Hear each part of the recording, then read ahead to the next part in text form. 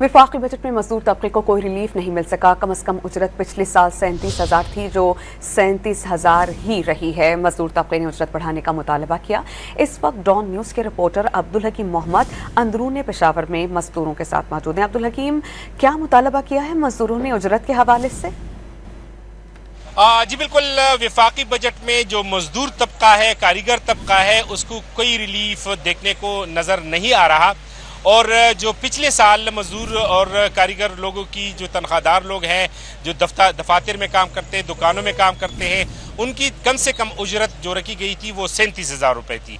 सूबाई सतह पर ये रकम 36,000 रुपये थी।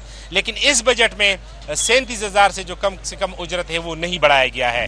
अब इस वक्त हम पेशावर शहर के अंदरूनी इलाका पीपल मंडी में मौजूद है, जहाँ पे शहरी हमारे साथ मौजूद है। कोई मजदूरकार है तो कोई कारीगर है, तो उनसे बात करते हैं कि इस वफाकी बजट में जो उजरत नहीं बढ़ाई गई है उसको इस हवाले से क्या कहते हैं। बाबा, आप क्या कहते हैं? बच्चा तकरीबन 65 का उम्र हो गया और वो काल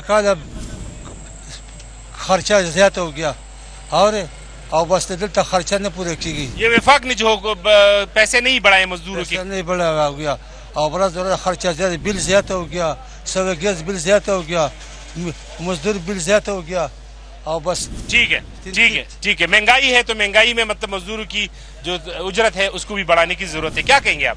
अब सारा महंगी है बहुत, तो मजदूर के सारा काम नहीं है। उधर बस आ गया ना, सारा मजदूर के काम नहीं है, बस इधर दीड़ी करते हैं वो बस का सारा पद।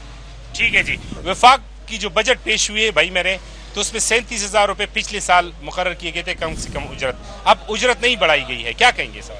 बिल्कुल, पहले जो हुकूमत ने 37,000 रुपये जो है मजदूर के लिए रखे गए थे, उसमें कोई इजाफा नहीं हुआ है।